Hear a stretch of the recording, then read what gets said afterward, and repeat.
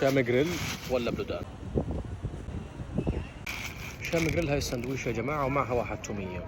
بالنسبة لبلودان بدون تومية، طبعا الاثنين نفس السعر يا جماعة 175 ليرة.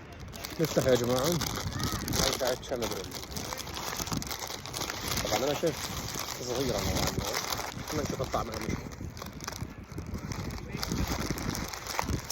زاكية والله والقرمة.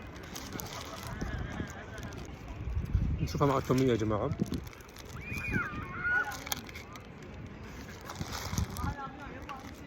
كطعم لحتى الآن يعني جيدة جدا لممتازة يا جماعة. سندويش الشاورما 175 ليرة، يعني يعتبر غالي صراحة.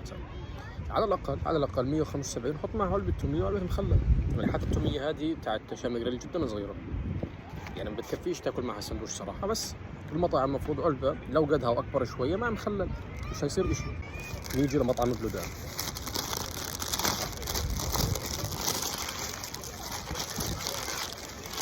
تقريبا الحجم نفسه، بس اللون أخف شوية، لكن الحجم نفسه تقريبا، أو ممكن هذا أكبر شوي. خلينا نشوف الطعم.